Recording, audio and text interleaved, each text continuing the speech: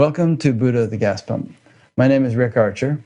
Buddha at the Gas Pump is an ongoing series of interviews with spiritually awakening people. As of this fall, I will have been doing this for 10 years, and there are over 500 interviews online. If this is new to you and you'd like to check out previous ones, please go to batgap.com, B-A-T-G-A-P, and you'll find them organized there under the past interviews menu. This whole production is made possible by the support of appreciative listeners and viewers. So if you appreciate it and would like to support it, there's a PayPal button on every page of the site, and then there's a page of other ways to donate if you're not fond of PayPal. My guest today is Hans Wilhelm. Hans is the author and illustrator of over 200 books for all ages, including some created with Byron Katie. His books have sold over 40 million copies and are translated into 30 languages. That's a lot. Hans has created over 70 short YouTube videos in which he explores the dynamics of universal spiritual laws. He says that his mission is to offer these videos to inspire viewers to question and explore spirituality and their own relationship to the universe. During these videos, Hans skillfully illustrates his points on a whiteboard as he speaks. This back-of-the-napkin approach has been so appealing that his YouTube channel has more than 110,000 subscribers. I'll be linking to Hans's Batgap page and to his Hans's Batgap page to his website, lifeexplained.com, and also to his YouTube channel and some of his books. Hans does not use his videos to sell books, nor does he ask for donations. He finances the videos out of his own earnings as an author and illustrator. And Hans lives in Connecticut, not far from where I grew up, and just around the corner from where my band used to practice when I was 19 and 20 years old. So welcome, Hans. Well, thank you so much for inviting me. Thank you, Rick. This is a great honor, and I'm delighted to be here. Good to have you. Today, we're going to be discussing topics such as karma and reincarnation and guardian angels and spirit possession and all sorts of things. And I think it's worth asking in the beginning. Well, firstly, as I listen to a lot of your videos, I find that I agree with you on just about everything. I share a similar philosophy. And there's some things that you say that I'm not so sure about, but I don't rule them out. They're just more hypothetical to me. But most of this stuff I've been, feeling comfortable with for many, many years. And one guy sent in a question, which I think is somewhat relevant to this. His question was kind of snarky, but I reworded it. He was complaining that most of your ideas are originally found in Hindu teachings, and yet you provide no attribution for these sources. But I would say that most of these ideas are found in the perennial philosophies of many traditions, not just Hindu. But the bigger question is, do these traditions, or you and I, for that matter, have any way of knowing these things for sure to be true? Or do they just sort of resonate with us or make us feel comfortable or something? I've interviewed some people, even people who claim to have had a profound awakening, that reject a lot of the things that you and I are going to be talking about today as sort of religious mumbo jumbo that just was devised to make people feel good, but there's no way of proving it. So how do you deal with that issue, that question? I think there's no way how anybody can prove God or the existence of God or even the spiritual life. If you don't want to believe it, that's fine. It is something which comes, from my experience, only through the application of the laws, of exercises which really made a change in my own life. So it has come from a belief. It starts with a belief. I'm ready to believe whatever it is, and then apply that knowledge in my life. And when I see actual changes in my life, then my belief turns into a knowing. And that knowing is my own knowing. I cannot share that knowing with anybody. I cannot make you know what I know. You can only do this yourself. It's the same with logic. For instance, we say 1 and 1 is 2. But only once you add 1 and 1, 2 up in your own mind and you see the two things together, then it becomes logical and true to you. You have to make this process in yourself. And that's why the spiritual path, as I know it, I have tried to live for much of my life like you have, and I found so much truth in it. And it has helped me in so many instances. And I I began to see things differently. So just by the experience and by the positive results which I have in my own life over the years, I know that this is all true to me, but I have no possibility to make that known to anybody else. Neither have I the desire. I have no desire to convince anybody. If what I share works for anybody, great. If it doesn't work, that's great too. I have no interest to convince anybody with anything that I share in my videos. Well, that's a good answer. And I think it's kind of a scientific answer, actually, because it's based on experience. And the way science works is you hypothesize something and then you test it to see whether it can be confirmed experientially. And if it can, that doesn't prove it. It just adds sort of gravity or weight to the truth of it. But scientists would never say that anything is absolutely true and could never be disproven, because like you say, all crows are black. If somebody shows up with a white crow, then boom, that hypothesis has been disproven. But there are a lot of things we rely upon because they that have been scientifically established, because they've been established so many times, and we don't see a lot of anomalies or violations of them. It's true, yeah. And we have to remind us something. I'm just thinking, every day we say the sun is rising, the sun is setting.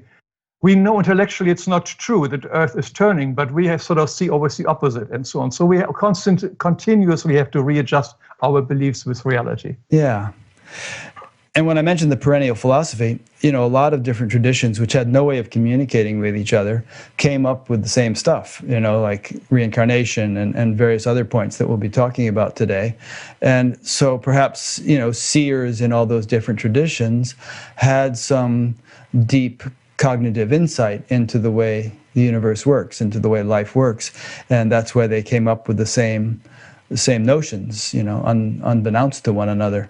And so that brings up a point, which is that, we don't just accept these things because we've read a lot of books about them, but there's a sort of an experiential evidence that is accumulated over time. And another one of the scientific principles is repeatability. If somebody does an experiment, somebody else can do the experiment and see if he can repeat it. And if he can, that adds credibility to it. It's true, but still you have to walk the walk yourself. There's just no way, nobody can do that for you. And a lot of people collect this information, a lot of spiritual information, intellectually, more and more and more. They binge watch and so on, and they continuously take it in intellectually and are not willing to really apply it. And that's where the problem is. So they become very frustrated with it, and they really become critical about it. But I think it's a tremendous burden to accumulate spiritual knowledge without applying it. It really karmically, I think, has an effect on our life. There's a quote which I heard, and I really don't know the exact words, but it says, "It is far more severe for a saint to step on an ant than for a caveman to kill a mammoth." Because a saint should know what to do and not to do. So once we accumulate knowledge, spiritual knowledge, and don't use it in our life, like doing the right and wrong things, we are creating karma even more severely, because we know what is right and wrong and what we should do. While somebody who has never heard about it is rather ignorant, and his karma will be judged by himself in a different way. Yeah, I've heard that kind of saying too. Another way of saying it is that the judge gets a more serious sentence than the common man who doesn't understand the law if the judge breaks that same law. Yes. So how do you recommend that people do apply it? You say, we can study all this stuff, but if we don't apply it, then that's not good. How do we apply it? Well, I don't present anything new. The lessons, what is given to us, to the spiritual world, is in all cultures. It is basically the golden rule. Apply the golden rule seriously in our life, or I even would simplify it today a little bit more. I would say love and nothing else. And so we have the golden rule. Here in the West, we have the Ten Commandments, the Sermon on the Mount. So these are very clear directions for us to go. Not to lie, not to cheat, not to hurt anybody, help those who are less fortunate. It is so simple. But if we don't do that and only think of our ego and ego satisfaction and step on other people and etc., and cheat and lie, etc., then we create a world as we have created now, which is really dimming. The light is dimming here with all the evolution, with all the ecology dying and everything. That is the result of our ego, because over the time we have created so much harm to the world and too much to ourselves as well. So we have not lived by these, by the golden rule or the 10 commandments, whatever it is. So I would say, start with the most obvious one. Start with the golden rule. It's not what I find, having it studied for so long time, God is ingenious simplicity. It's a very simple path to God. And the golden rule is very simple. It's not simple to live, but it's a very simple rule. Do unto others what you want to them, or the other way around. Do not do to others what you don't want them to do to you. Yeah. Some people give a nice interpretation to that, which is that, you know, if your awareness is deep enough or enlightened enough, then when you look at others, you see yourself, because you see the unity of everything. And so then it comes naturally to do unto others as you would have them do unto you, just as you would not, you know, punish your hand if it got dirty or something. You would just clean it because it's part of you. If everything in the universe, everything in the world is seen as part of you, as you essentially, then you're going to tread very lightly and compassionately, not harm people or anything. Precisely. And if the word "you" is too difficult for people to come to see and to accept, if they can maybe see divinity in everything, how they see God or whatever it is, but everything is divinity. It is down crystallized, a light ether, and so whatever we look, whatever we feel, whatever we see is basically, it's in a way divinity. So if we see divinity around us or everywhere where we look and see that part of us, it's easy for you and me to sit here comfortably and talk that way. But in our day-to-day challenges, when we have to pay the bill, etc., or fight somebody in traffic, etc., we so quickly forget. The day-to-day life is really a challenge, and everybody, as you see by video, the Earth Life, the School of Earth, we get our own little lessons where we have to really apply these vigorously, these simple laws of not hurting anybody and loving anybody and everything. Yeah. Well, we're going to explore a lot of angles during this conversation. And personally, I think that the whole philosophy you sketch out, if people could really take it to heart, it makes life a lot easier to live. You know, not understanding these things, life must seem very cruel and confusing, unfair and accidental, you know, and just meaningless and all those kind of words. But understanding these things and really understanding them deeply and experientially to whatever extent we can, life flows completely differently.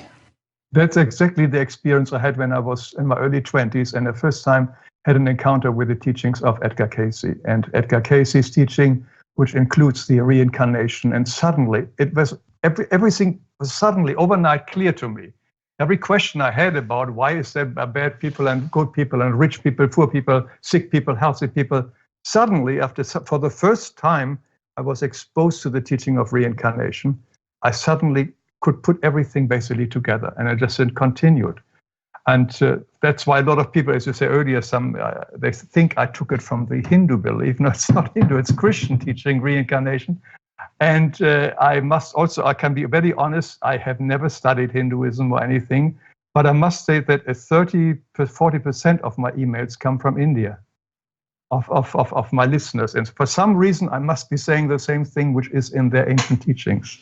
But it is the moment you understand reincarnation, everything does make sense, and everything in your life changes very drastically. And it is so sad that in our Western world, the Catholic, or the Church as such, not only the Catholic or the churches, have suppressed the teachings which Christ taught. Christ taught reincarnation. And that was suppressed, and unfortunately, we have the result in a very selfish world where we only think this is the only lifetime I have, this is a life only, and I just do everything so I get my share of the cake. Yeah, it's definitely not big picture thinking.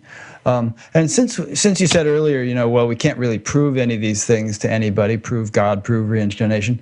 Actually, to a certain extent, we can. The word proof is too strong, but we can provide evidence. For instance, there's a university in Virginia, I forget the name of it, where Do you know about that? Where they've been doing studies on reincarnation. They have thousands of accounts of young children who remember details of past lives which are confirmable. They go to the kid describes this, that, and the other thing. They go and check it out, and sure enough, that happened. And there was no way the kid could have known that.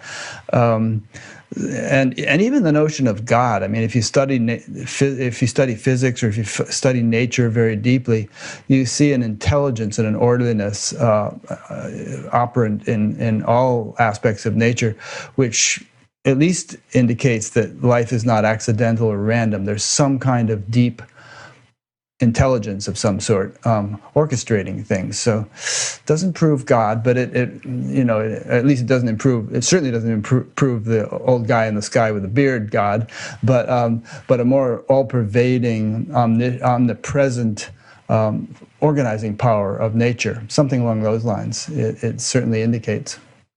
When you open yourself up to that possibility, you see it. It's sometimes, I always say, if somebody says, I can't do this, if we say, I am willing to look into and I'm willing to consider the existence of God, that moment you open ourselves up. But many people say, I don't believe in God, I don't see it, or whatever it is, then we close ourselves. But when we open ourselves up just with the word, I'm willing to do that, then the thing can happen, and we can suddenly recognize and come into contact of teachings of people where suddenly we see the word very differently. So it's very much up to us how much we open ourselves to a new perspective instead of continuously protecting that what we already know or think we know. Mm-hmm. Yeah, good point. Again, that's the scientific attitude. I mean, a scientist could be an agnostic, but I don't think he can really be an atheist and call himself a scientist, because scientists, by definition, have to be open to evidence as it presents itself. Yes, I would agree. Yes. Yeah. So let's take some of these topics more deeply. Here's a good one to start with. We'll come back to reincarnation, but you have a video entitled "Why Are We Here?" And part of the description of it is, "What is my purpose here on Earth?" What do you have to say about that? Well, I usually can draw it better than explaining, but I give it my try. That's why I made the video. The video is because I like to see these things, and in my video I show that it is now, again, I just say me again, I have no intention to convince anybody. It is my understanding from over 50 years study and experiencing and applying these laws that definitely we are or have been perfect spiritual beings at one time, a long, long time ago. And through what is generally called, in the Bible is called the fall, we have left that pure spiritual heaven and have fallen down into lower spheres of existence, right down to the bottom, what we call the material universe, in which we are right now. And our goal is to return back to the light, back home. This is the story, the famous story of the prodigal son, which Christ talked about. The Father let us go. We wanted to explore physicality, etc., the pleasures of whatever it is, and we found out this is not all there is. This is not really the best there is. So eventually, many of us have fallen so deep and are so lost and so sad and depressed that this is a moment when we return back home and says, there must be more to life. And suddenly, many people are then open up to this, and we find this a lot in the AAA, where people are really have to hit rock bottom before they say, this is enough, and turn around. So we go back to the light. And all the teachings, the spiritual teachings that I refer to and I've studied, confirm this. And they say, this is the path. You have to really undo your, what we call karma, which is all the negative thinking, unloving thoughts and actions of the past, to become pure and clean again and come into a higher vibration, because the whole universe works on like attracts like. So the highest vibration being love, and we are now at a very low one. To reach ourselves, we have to become the same high vibration again as love, and to return this. And this is our struggle, this is our goal. And every day we have been given challenges to purify ourselves, to let go of everything what we can call ego, what we can call selfishness, and self-centeredness, and all these kind of things which have really isolated us, made us colder and harder and unhappier and sadder and more depressed. And we have to let that go and move back into the light, so to speak. And that is basically the reason why we are here, to undo our karma. And every day we are given many, many opportunities where we're reminded of things of which we might have done in the past, which we now can rectify through repentance and forgiveness and asking for forgiveness. What you said reminds me of that T.S. Eliot quote, which I just looked up, which is, "We shall not cease from exploration, and the end of all our exploring will be to arrive where we started and know the place for the first time." Yes. Remember that one? Yes, I don't know, but I don't know whether I know it for the first time. I think we will be jubilated to see it again, because we have known that home all the time in us, and we will be we will be so excited to be back home again. So, let me play a couple of devil's advocate points on that. So, if we used to be in a very high state and we fell from that, and we're working our way back to it, when we get back to it, do we have more than we had before we left because of this whole journey we took? We do have the experience. Yes, we do have the experience. And all these so-called spiritual beings who have stayed back in the pure heaven, who have not joined the fall of angels, are in a way quite amazed how much we have taken on ourselves, because it needs we became stronger in a way through this whole path. And when we return, we have the memories, but only the memories, no longer the attraction, which is very important. All the sensuality, all the pleasures and everything what the worldly lifestyle had will no longer attract us anymore, but the memory will be there. From this, we will be richer. Okay. Now, some would say that, well, actually, I can counteract this point myself. I was going to say, some would say that if the universe has an evolutionary agenda or trajectory, so it's hard to say that word, then how does this cyclical thing serve that, where we're in a high state, we lose it, and then we have to regain it? But if what you just said is true, that we come back to that state having been enriched by the whole travail that we went through, then that's evolutionary. It is evolutionary, but it is not. That was not our purpose. This detour which we have taken is not what was planned. It was not the reason behind the detour was very different. It was really to undo creation. That was a Luciferian fall. Lucifer fall because he wanted to undo the whole pure creation. And we were the ones who followed him or her, whatever you want to say, Lucifer, and came to undo the creation. That was the purpose why we do this whole thing. Now realizing that this can't be done, slowly, one after the other, the so-called fallen angels return back to the light. And when they return home with the open arm by the Father, it will be back. We are back home again. So this whole thing had nothing to do with evolution. It was actually the desire was to devolution. That was the original desire why we left. Okay. So the spiritual evolution of the universe continued all the time, was continuously, perpetually expanding and growing. The pure heavens were continuously creating new planets, new stars, and so on. That continues. But we made this little loop. There was a small group of people who just sort of left and just came back again. Okay, couple of points. First of all, where did that whole understanding come from? Is that from esoteric Christianity or a particular philosopher or what? I would say this is predominantly, it's clear in the Western world, it's in the Christianity, which we know about the fall of the angels. I mean, that was in the Bible already, they're mentioned. And we find this, let me think about, this is predominantly in the Christian teachings, yes, where I find it most clearly mentioned. Christ speaks about it in great detail, even with a new revelation. So I would say, yes, it is a Christian teaching in a way, but I believe it applies to everyone. And Christ came not just only for so-called Christian, he came for everyone. And he gave us the energy so that we actually could return back to home. Because there was a time when our chakras, our energy centers, were slowing down so much because we devolved so much that eventually they would turn backwards.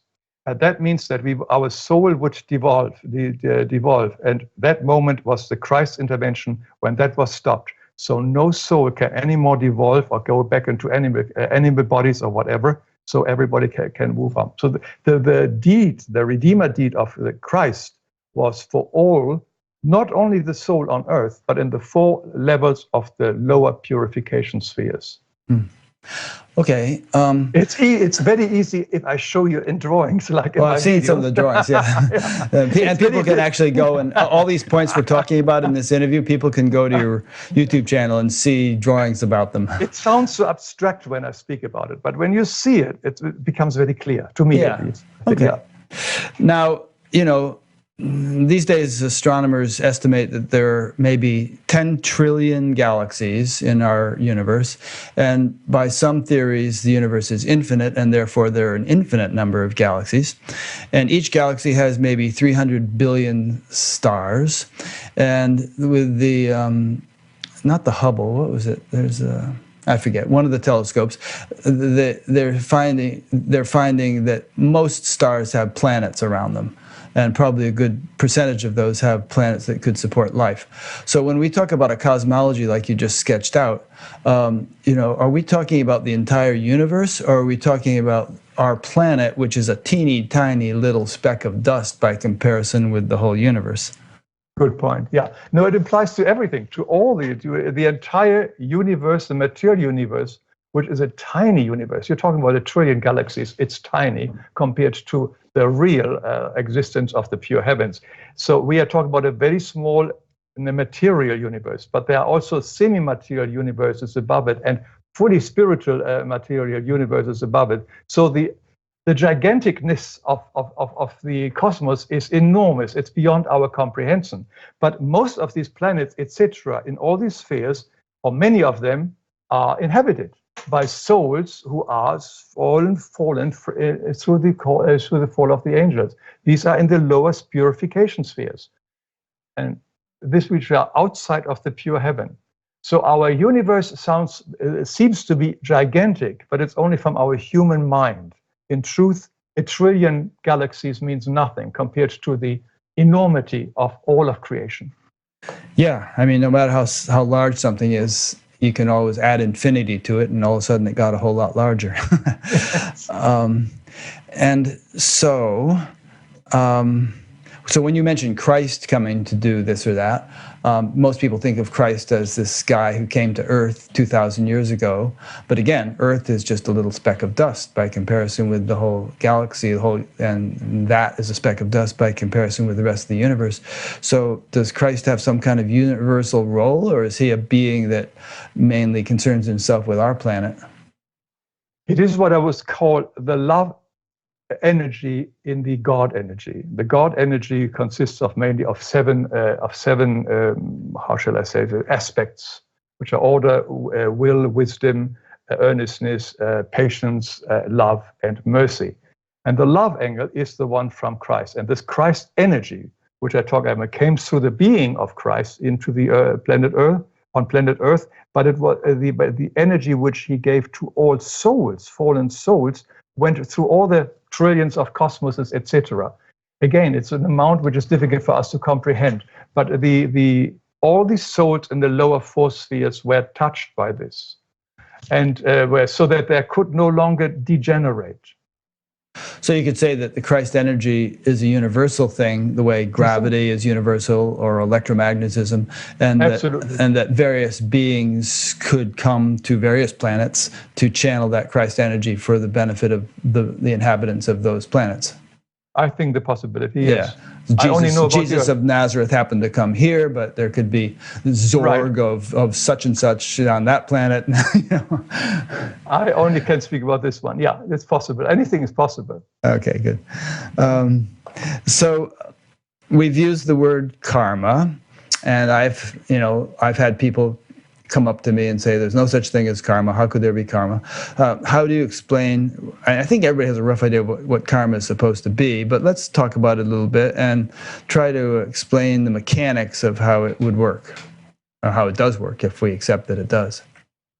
Well, karma, my definition of karma is any unloving sensation, emotion, thoughts, words, and action in our body. Anything which is against our true nature, which is love. We are 100% love.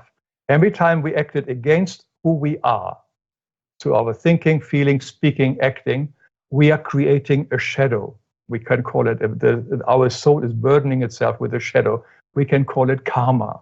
So we're creating something negative, which eventually we will have to face again to realize our mistakes. Otherwise, we wouldn't know what we are doing. So karma is just the loving lessons coming back to us. It is never a punishment. It is only a consequence of what we are doing, thinking, and saying.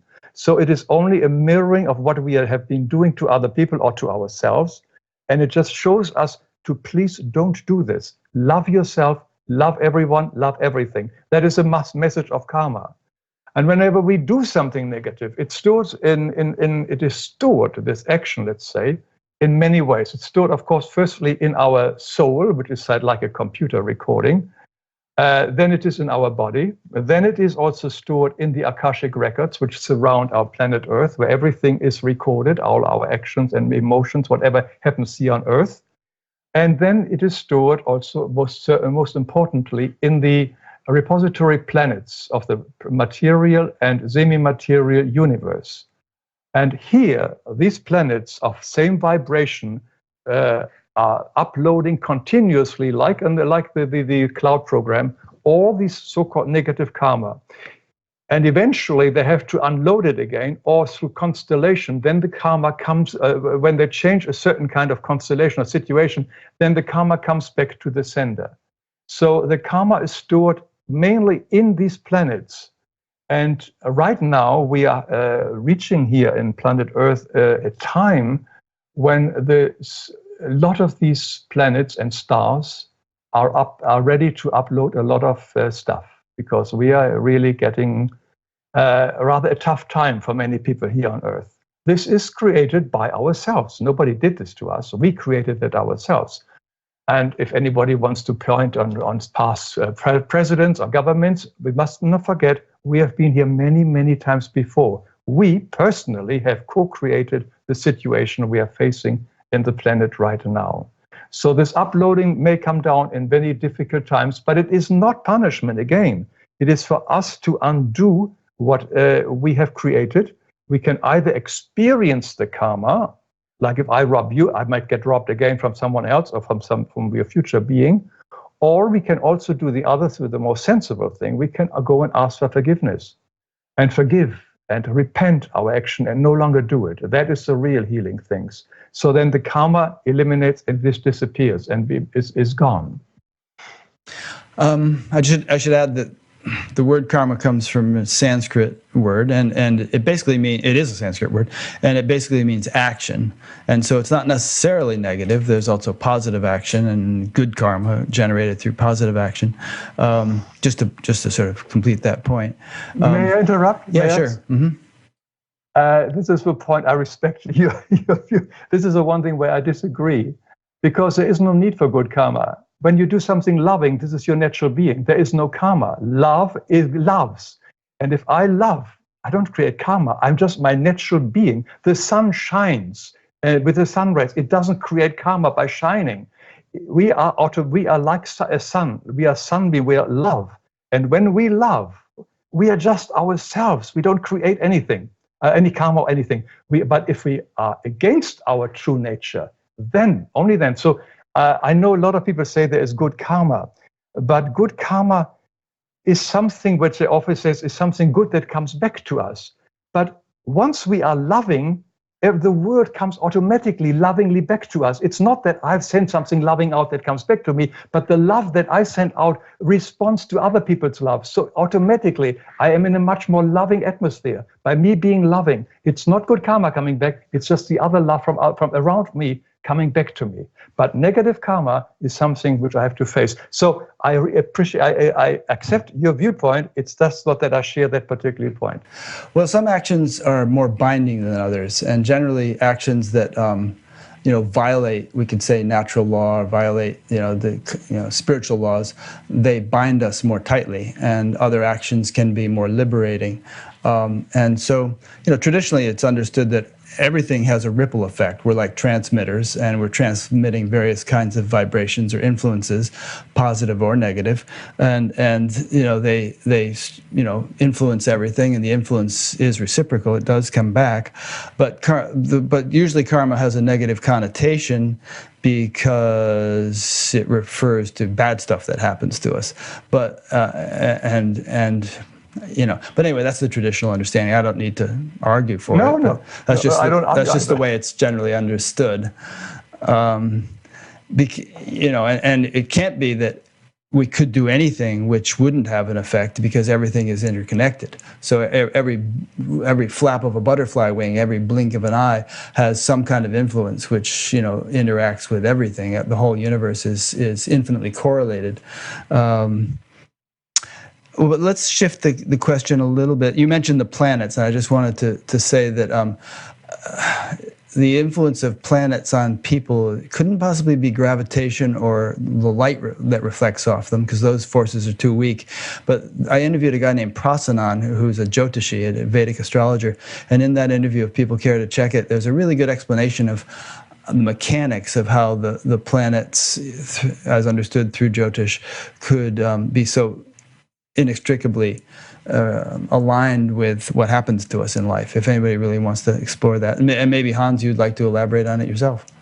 Yeah, I think this is where the original idea of astrology came. Astrology as such, it was today I think nobody knows anymore real good astrology, but I think the planets do have we know the planets have an effect on us. We know it about the planets which we can see. Astrology speaks about it. I don't know very many people can interpret it.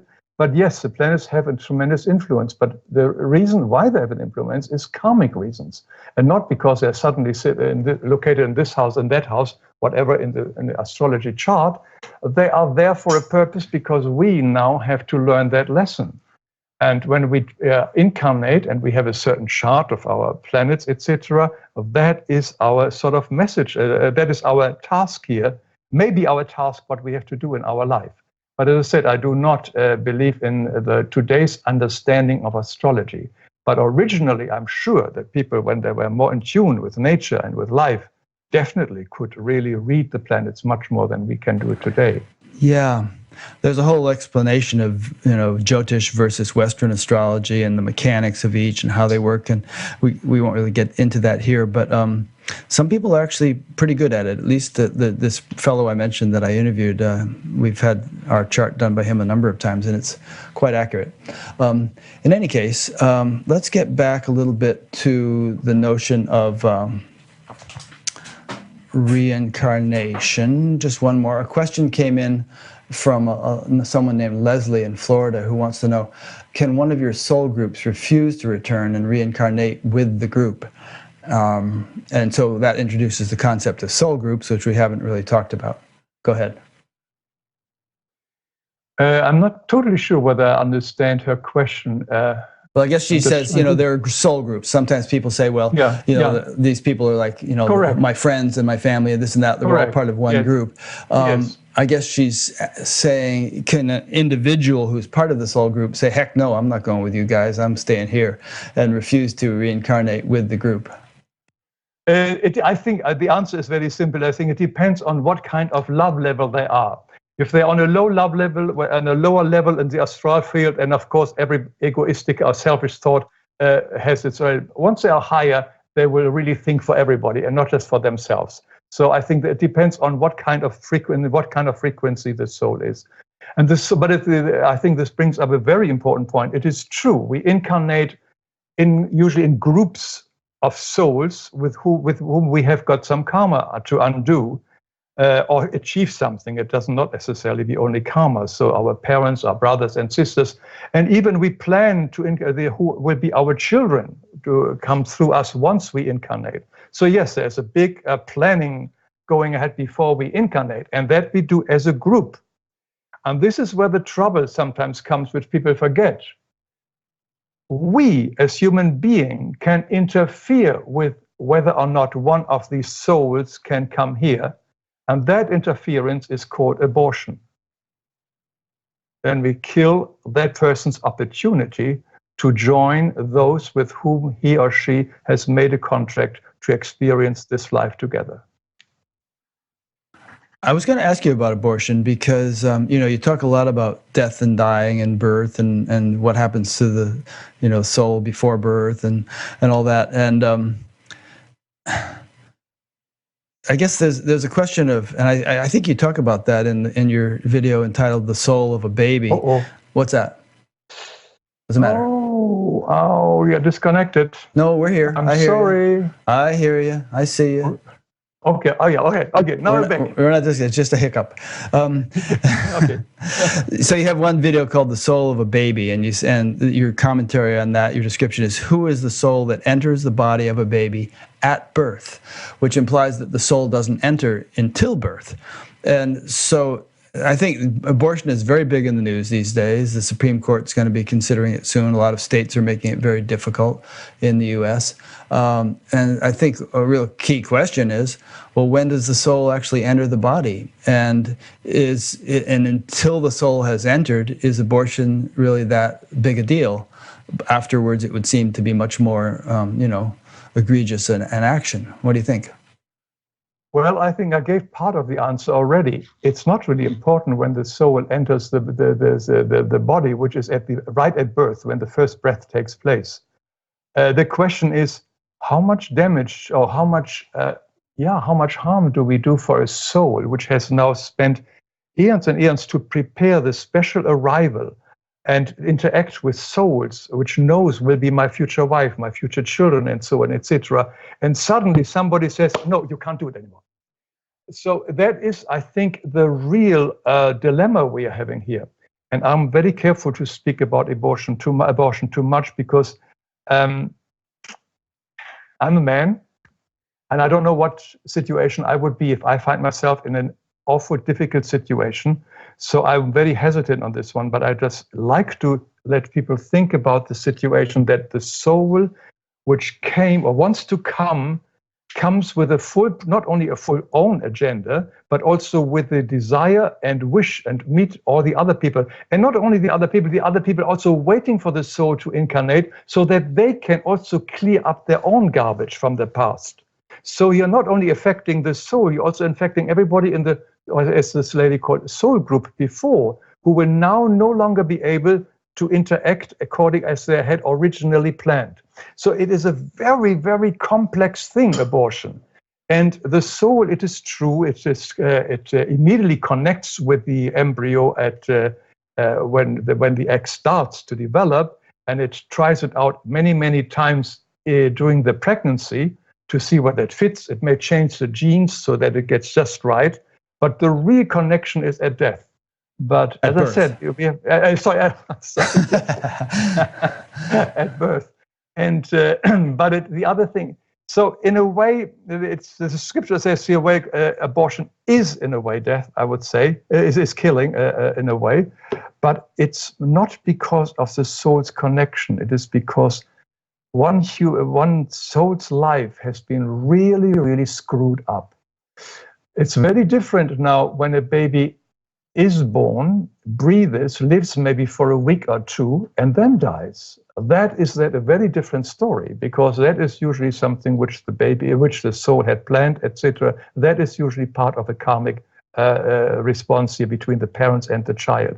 But when we vigorously or when we purposely cut down the evolution and the whole planned life of a soul, then there will be consequences. But no consequences is so bad that it couldn't be, in a way, be forgiven by God. Yeah. So you make it sound like, a soul can choose its parents and choose the life circumstances that it's going to go into when it's born to those parents. But it can't foresee something like abortion, because if it could, then abortion would be part of the plan. But you're saying it could foresee having, dying at 2 weeks old or a month old or something through whatever means, disease or accident or something like that. So why should it not be able to foresee the body being destroyed through abortion when it can foresee it being destroyed through some other circumstance after it has been born? because the abortion is based on a free will of the mother. It's a free will. While a child which dies after 2 weeks is something which nature takes over. This can be karmic. There is no human free will selfishness in this. Now, again, I say when I speak about the free will of the mother, there are many reasons for incest and so on, where you just have to make this decision, whatever it may be. So I don't want to be judgmental in any form or way, but the decision is made by the mother, not by the baby or by the embryo. And that's where the difference is. So the embryo does not necessarily know. Maybe there are times when the baby knows it will be aborted, the soul knows, but I doubt it. This is usually a decision by the mother, who will, or anybody around it, by the parents, they say, and not the soul. It's not, the soul has nothing to do with it really. But the death afterwards is something which has to do with for other reasons. That's just karmic. Okay. Hang on a second. We'll edit this out. Irene is asking me a question. If you click on the old link, it still says 286 views, but those, well, I can't answer it otherwise, but those are past ones and does not represent people still waiting. Yeah, that's correct. That doesn't mean 286 people are waiting. It means 286 people viewed it. Well, I had to answer your question. Just verifying it. Oh, okay. We'll cut that out. So, all right. It's like I'm not. I want to make it clear that I'm not arguing with you. I'm just sort of trying to think this out. I know. I'm thinking it too as well all the time, because it's one of the most asked questions, and I have not made a video on that one on purpose because I struggle with it myself. It is very, very difficult to be so to explain it in such harsh terms. But it is a decision which so many people go through and have to go through. And it's just, I think, the reasoning why in our government, in our country here, wants to stop abortion has nothing to do with this. This is done politically. And this is another sad thing. It's not taking care of protecting life or whatever it is. It's a political decision. And the mother's child, or the possible mother's child, this decision is something very personal. It's something very, very different. It's a huge topic. I am not able to give a totally satisfying answer. Everybody has to work it out themselves. All I can say, think about the soul's life, which was planned and it's suddenly disruptive. But the decision is always yours. And this is why we have the free will. And I think it is important. I do not believe in banning abortion. I believe explaining through understanding. Let a person make the decision through understanding, not through ban. Because the moment you ban something, there's a counter energy. What you resist, and so on. You have got this constant, and then you have got all the illegal abortions, which kill more people than anything else. So I believe that explanation and giving information is much, much better. Once you know that the harm you do by smoking and understand how you harm your lungs, I think it's much easier to give up smoking. Yeah, understanding helps. It's just that to really understand what we're talking about here, we have to go into a very deep esoteric understanding of the nature of souls, the nature of reincarnation, the nature of planning our life before we enter into it. And that is so far outside the concept of most of the people who are debating this issue that it's like a pipe dream that anybody's going to be thinking about these things and trying to decide this, you know? No, this is the sad thing. Yeah, but people are waking up everywhere. Rick, this is what I find so amazing. They are waking up. A lot of young people are waking up and so on. And the hunger for this information is tremendous. It's just not offered sufficiently because it's often offered either through the institutions, which are very having their own agenda, or other people who are just sort of making a lot of money on some of the spiritual, like the New Age wealth people and so on. They all have got some agenda there. So it's very difficult for a young person to find some information which is relatively free of any other ulterior motive. But just offer it and make it up your own mind. And that exactly was what also I did not have when I grew up in Germany. There was no Google, there was no website. I wanted to know all these things, but I couldn't. There was nobody. I couldn't at the church or whatever. It's my parents not, and so on. So I struggled. And it is this struggling, particularly when you're a young person and you see all this information and so much more trash comes from the internet. That's why I created to do the YouTube series, because that is exactly where a lot of young people are. And that's why I try to connect and says, look, and I'm not saying this is the right thing, but many of my videos, as you have seen, end with a book. And they're all different sources of books, all different paths and so on, where I took the special teaching from. So if you really want to know more, please go to the book, go to the real, study it yourself. Don't take my word for it. So I'm giving some guidance for where they can find more information, anybody who is interested in it. Yeah, it's great. No, and it's really nice to I'm just reading a book by a guy who had this profound spiritual awakening one time on a beach. Everything was one, and he just felt divine, and it's this marvelous thing. He had no idea what it was. He hadn't any background in that sort of thing. And then, gradually it slipped away, and eventually he ended up feeling totally miserable again and going through all these difficulties. And back at the time, there was no internet, and there was no way for him he didn't even have a clue that this might have been some spiritual awakening. He just wasn't oriented that way. So these days, it's so great that with the internet, there are all kinds of weird things on the internet, but at least it can be used for this purpose to provide this kind of knowledge, which, as you say, doesn't have to be like the gospel truth, that because Hans is saying it or Rick is saying it or somebody, it's true. But it's sort of, food for thought. And people can use these things as springboards to precisely dive in more deeply if it interests them. And it's a great privilege that all this knowledge is being disseminated all over the world. It wasn't possible 20 years ago. Right. Yeah. No, I'm very grateful. And I think and the emails I get show that a lot of people are really suddenly, wow, I always thought that way, but I could not find anybody who says it that way. Yeah. Of course, there are a lot of books out there, etc. But young people or even older people hardly read any books anymore. We have become visual people. Yeah. Yeah, and there's so much bombarding us in the world, so much information, Precisely. So many distractions and excitements. It's like, this is like that small voice calling in the wilderness. It might get overwhelmed by the din. Yeah, but your guardian angel will guide you to the right source, whatever it may be, at the right time. And so I think if we learn to trust being guided, we will find whatever we need to find. And everybody has to find, I guess, something different to make it in this life. Let's talk about guardian angels. I believe we have them. I have friends who actually say they see them routinely and can see them around other people. So who are they? What are they? Why are they here? How can we communicate with them if we should? Well, these are our natural way of being is, of course, being a spiritual being or a soul, and as such in the spiritual world. But when we incarnate only here for an average of 800,000 hours, we are really exposed to a lot of danger, a lot of temptation, etc., and a lot of tasks we have agreed to prior our incarnation. And we are given a guardian spirit, mostly one, some people have two, to be with us. They are not 100% all the time with us because they also have to do their own lessons to learn. But they're directly connected to us. So if we are in the instant danger, like for instance, an unexpected car crash or something, they are faster than light there and can intervene if that needs to be done, whatever it is. So they are there and they guide us. And they speak to us continuously, not of course with voices, although some people may hear them too, I don't.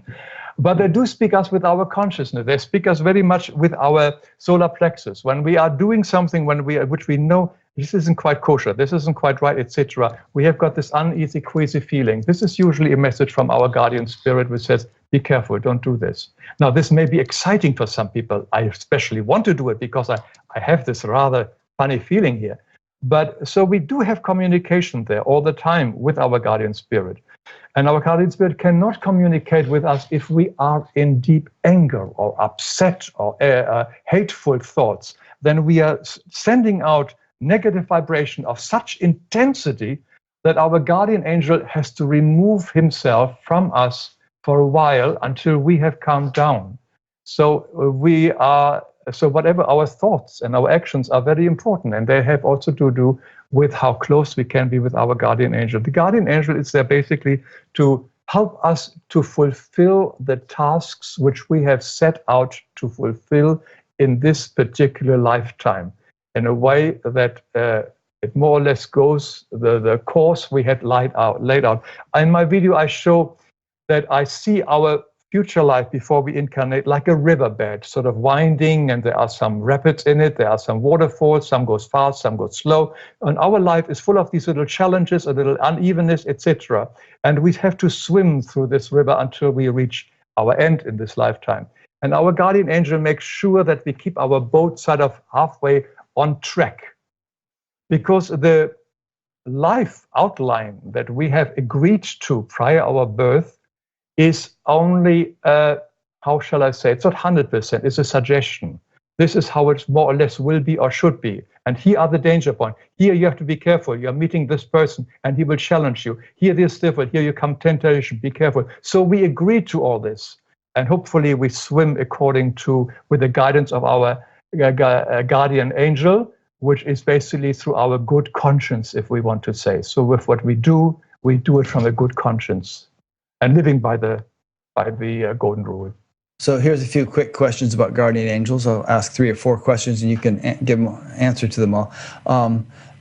You said that there isn't necessarily a one-to-one correspondence between guardian angels and people. So is it sort of like guardian angels might have a group of 20 that they're responsible for, and they kind of run around and keep track of those 20? That's one question. Another is, were guardian angels once human beings who have ascended to become angels, or are they going to become human beings later after they serve as guardian angels? I guess I only have those 2 questions. You guys, what do you say about those?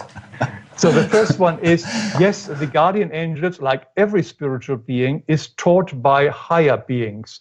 So the guardian spirits as such, either in a group or not, are taught by teaching angels, which are usually coming from the pure heavens and teaching them really. They have never incarnated on earth, but they're teaching them and keeping them on track.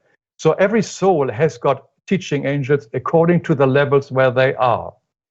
And the other one was, again, the second question. So that just to... Oh, yeah, yes. No, they do not incarnate as human beings. On the contrary, they may have been human beings and have slowly evolved back to at least the 3rd or 4th level of purification, when they then, out of love, because they have reached the level opening love again, go back and want to be a guardian angel for somebody here on earth to help them to go through their life.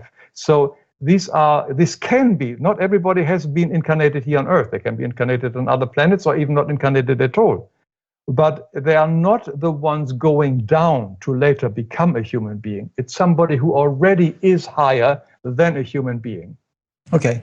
And then there's the thing about the numbers. I mean, are there as many guardian angels as there are people on earth, or is it like a 1-to-10 ratio, or what? No, you can say everyone has at least one. Some have 2 guardian angels. And then sometimes there must be billions of them. Yeah. As I said, we mustn't think. We think so limited with our Earth. As you said earlier, the example of tiny little Earth and trillions of galaxies and so on. Mm-hmm. This is where our mind is so limited. It is gigantic. Creation is so gigantic, we have no idea. Yeah. And therefore, we are really having all these helpers here around us. The whole universe is helping us. Everything what we experience is nothing else than a calling back, coming home.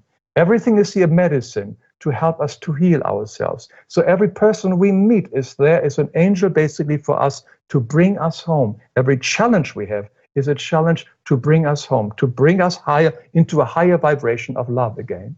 Have you ever seen the movie Ghost with Patrick Swayze and Whoopi Goldberg and... 100% correct movie. Yeah. Bruce Joel Rubin wrote the screenplay. He's been on Batgap. But in that movie, negative entities were portrayed as well as positive ones. So these really bad guys that came and took the guy, the villain of the movie when he died. Would those be also, doing their thing in the whole scheme? Oh, definitely. That's a problem. These are the really deeply fallen angels who really have gotten so enmeshed in the material temptations world and energy. So they have lost their own energy. So they have fallen down, and these are the so-called negative entities. Some call them demons or whatever it is, and they are there. That movie Ghost is 100% correct. And we are surrounded by these souls, and these souls are very dangerous, and they're very tempting and very alluring. and they have no interest in us, but they want our energy. And they get our energy. Sometimes we call them possessive souls, but in many, many ways, the whole struggle we have here on earth, even the wars, whatever it is nothing else but fighting for energy. Because we have lost our originally energy, which is our divine energy, because we have removed ourselves so far away that our vibration is so low that now to survive, we have to now eat a lot of food and stuff like this, etc., to feed ourselves, to survive. And very low entities really feed on us, on our negative energy. Some call it the Lush energy, which is the energy which we have in wars, in destructions, in hatred, in fightings. This is a strong energy. I said earlier, the guardian spirit can't come close to us because the energy is so strong. It's a negative energy, but this gives energy to the negative forces. So they will guide or misguide us into anything that can be of destructive and a harmful way, but only so that they get energies and can survive, and also do not get caught up in the wheel of reincarnation. This is basically the reason why they do this as well. They don't want to reincarnate facing their stuff, and they can avoid it as long as they can pull energy here on earth from other beings. It's very complex, but in my video, I think I show this in greater details on possessive souls and so on. So what I'm saying here may sound very abstract to many people, but once you see how simple it is and how prevalent these entities are around us continuously, and particularly when you speaking about possessive soul, I made a video on that one. At the end, I think I've got 5 medical doctors in this videos who have written books. Medical doctors have written books about people who were possessed by negative entities, and what to do about that. So we are not talking about some kind of spiritual Larifari stuff here. We are talking here things with medical supported evidence that these entities exist. These entities take over other people, and these entities can do tremendous harm. Yeah, I got a couple questions based on all that. One is that book I'm reading about, the guy who had that marvelous experience on the beach. He also had, throughout his life, terrible eczema, skin condition, really bad.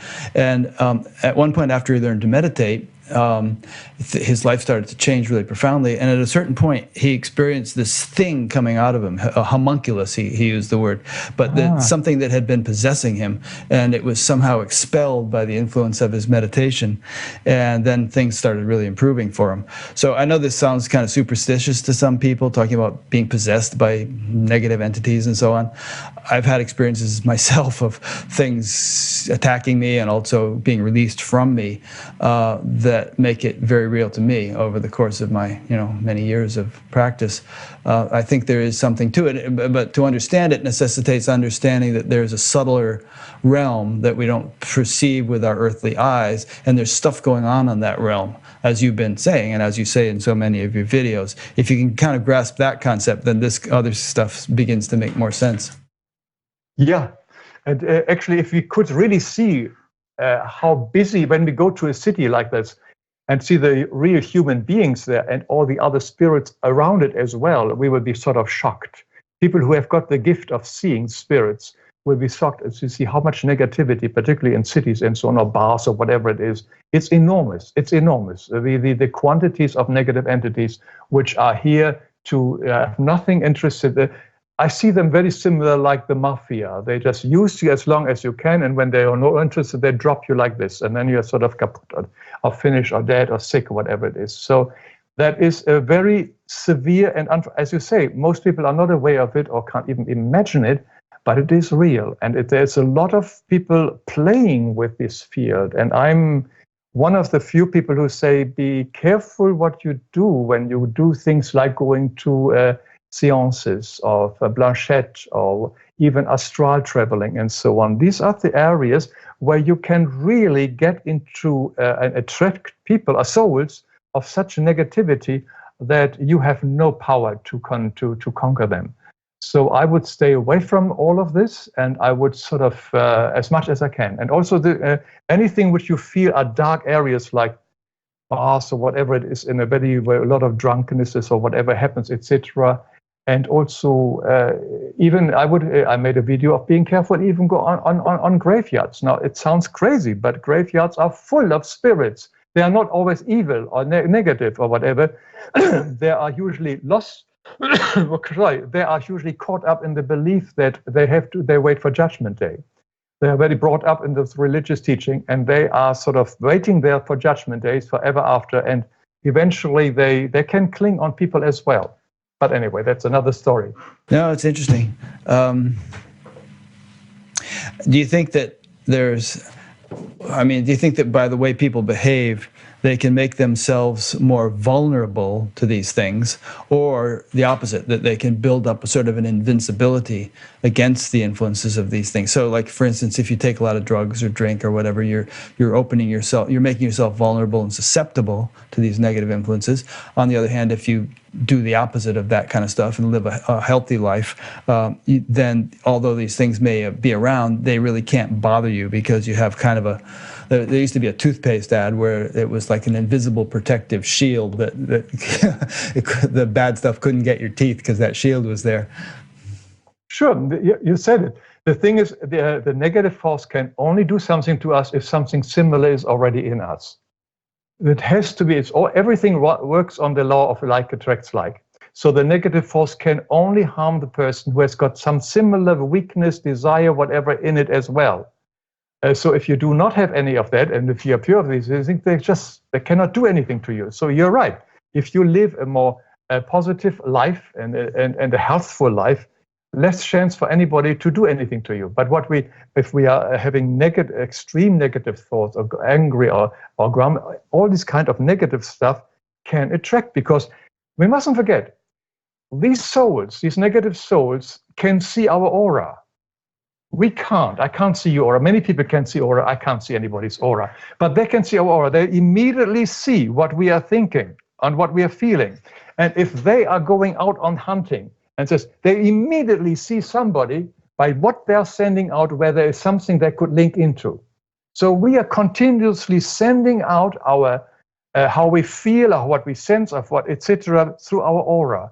And these forces, these negative forces, can see it and can then immediately latch onto us. So we have to be careful of how we think, feel, and act and speak, because that all affects our aura. This all affects what we advertise to the spiritual world outside of us. It would seem that if you're going to work in a place that has a lot of negativity in it, like a mental hospital or a prison, then you would have to have a lot of purity and strength yourself, so as not to be, infiltrated by those influences.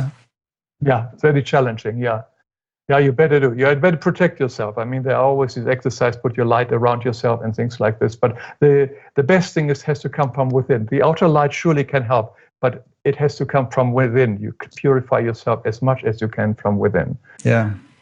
When I, hadn't been meditating, I was meditating maybe a year or two, and my mother was in a mental hospital. I used to go and visit her, and I'd come in there feeling really good, and I'd feel like, after about half an hour, I was really incoherent, because whatever degree of coherence I had established was just sort of broken down by all those influences. You were a juicy morsel for them. Yeah, really. Yeah, oh my gosh, yeah. I believe that fully. Yes. Yeah. Wow. Anyway, a couple of questions have come in. Let's ask these, and I'm sure we're not going to run out of things to talk about, but I'd like to get to these questions. There's a couple that were sent in by someone named Art in Charlotte, North Carolina. One is, and this relates to things you've already said, Hans, so you're saying that human beings are in fact the fallen angels who rebelled against God, and now life on earth is our opportunity or path to get back to our original nature? I guess he just wants you to clarify that point. Yes, that's exactly. If you see my video, why we are here, and etc., and purpose of life, yes, that is the whole purpose. That is a great opportunity, and let me explain why it is so important here, why planet Earth is very, very unique. As I said earlier, everything is based in the universe on like attracts like. So wherever we are as a soul, according to our development, we are in the same kind of surrounded by souls of same development in the spiritual world. So if whatever we think, whatever we believe, the souls around us match that. So we are right between like-minded souls, which are just thinking and acting and feeling like we are. On planet Earth, it's one of the exceptions where souls from all different purification spheres can incarnate of different vibration. And this is very, very unique. So we on Earth, we have an opportunity to interact with souls who are much higher evolved than we are or much lower evolved than we are. And they are thinking differently. They believe in this concept or that concept. Suddenly, we are really exposed to something we could never be exposed to in the spiritual world. And not only that, we also have here all the challenges which we have agreed to prior our birth to really clean up our karma. So this is a very, very unique life we have here. It's only 800,000 hours on average, which is tiny, tiny, tiny. It is so small. It's like for us going to the movie for 2 hours and come back and being lost in the movie and coming back. It's a very, very short life. And in the short life, it is full of opportunities that we do not have in the spiritual world. Furthermore, in the spiritual world, we have our soul body and we feel everything right away. We have no buffer there. All our negativity, because also we explore karma there as well in the spiritual world. It's not only here on Earth. We feel immediately. Here on Earth, we have a buffer, our physical body.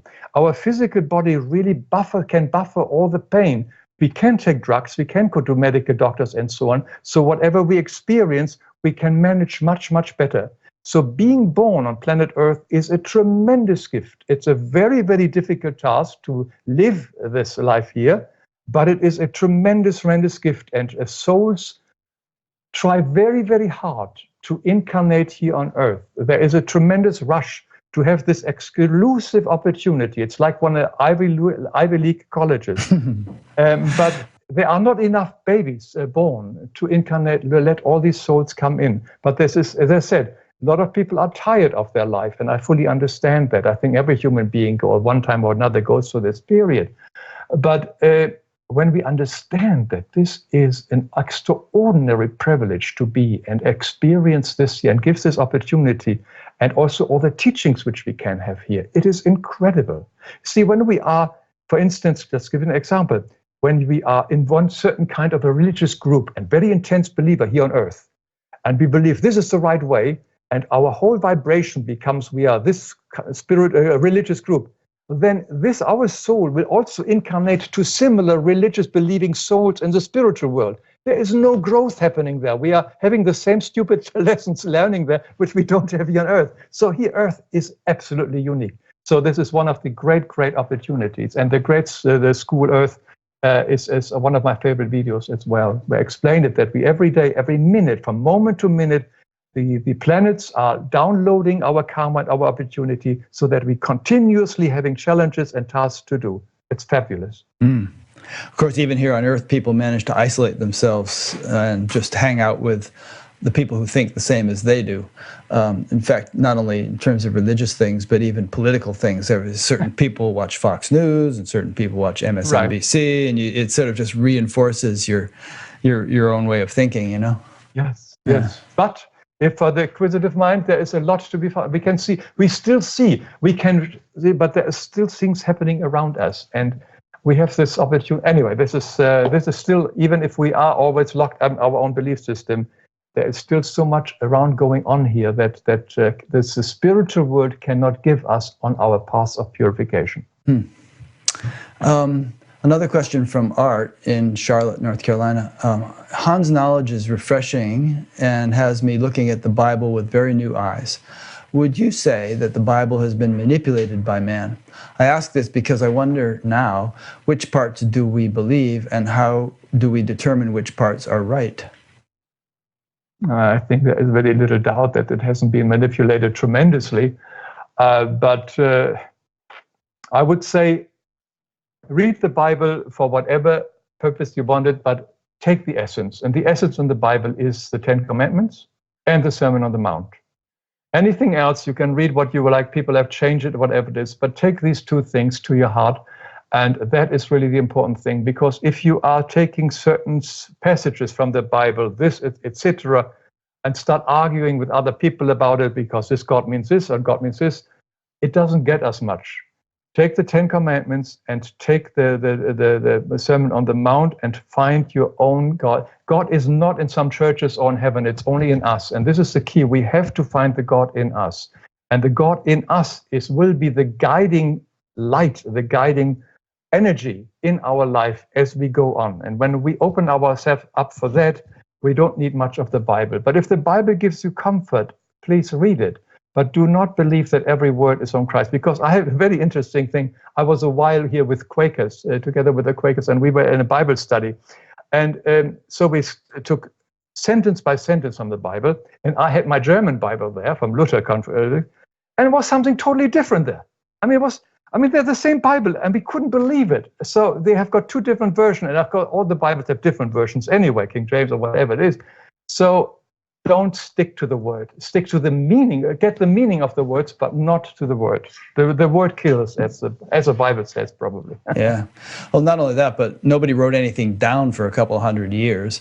And Exactly. so who knows exactly what Jesus really said. I mean, some people argue that he didn't even exist, but we won't go there. But in any case, imagine nobody had written down anything that Thomas Jefferson and Benjamin Franklin had said, and now just through word of mouth, we were supposed to write down what those guys actually said. I mean, how garbled could it be after a couple 100 years?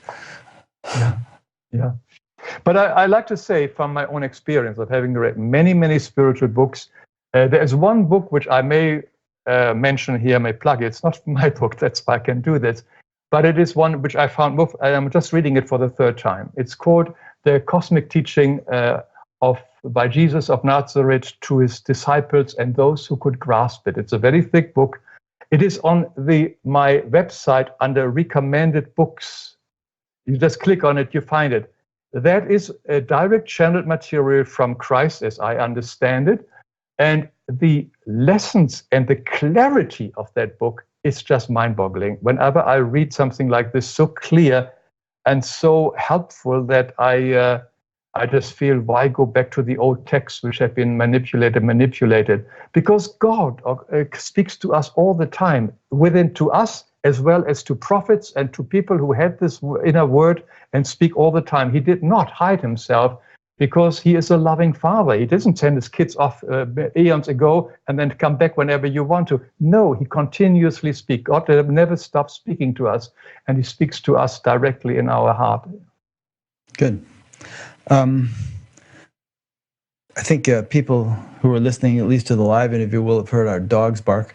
You have a video in which you say it's all about animals. Where do animals come from? Do animals have souls? What do you have to say about animals? Well, again, the video shows it much better than I can quickly explain it. Animals, in a way, are sort of a progression from, let's say, I show in my video that how creation starts. It starts with an atom, with a divine atom, which then later becomes into the crystal, in the field of crystals. And there we have got this a group soul of crystal. And then it later goes through all the crystals and stone mineral kingdoms, and then becomes a plant kingdom, and goes through all the plant fields and then of all the different plants. And it is still a group soul. And then it becomes into the animals. So the souls also still as a group go then into all the animal kingdom. And once that has been achieved, they go to the nature spirit kingdom. The nature spirit kingdom are very interesting. They are the ones who take care of all the animals and the plants. These are like the gnomes, the elves, or whatever it is. We know the Devic kingdom. And once this soul, by then the soul is already unique, a single soul, no longer a group soul. But when it has reached that level, it then incarnate as a child, as a spiritual being in the spiritual world, which means a perfect, a perfect spiritual being.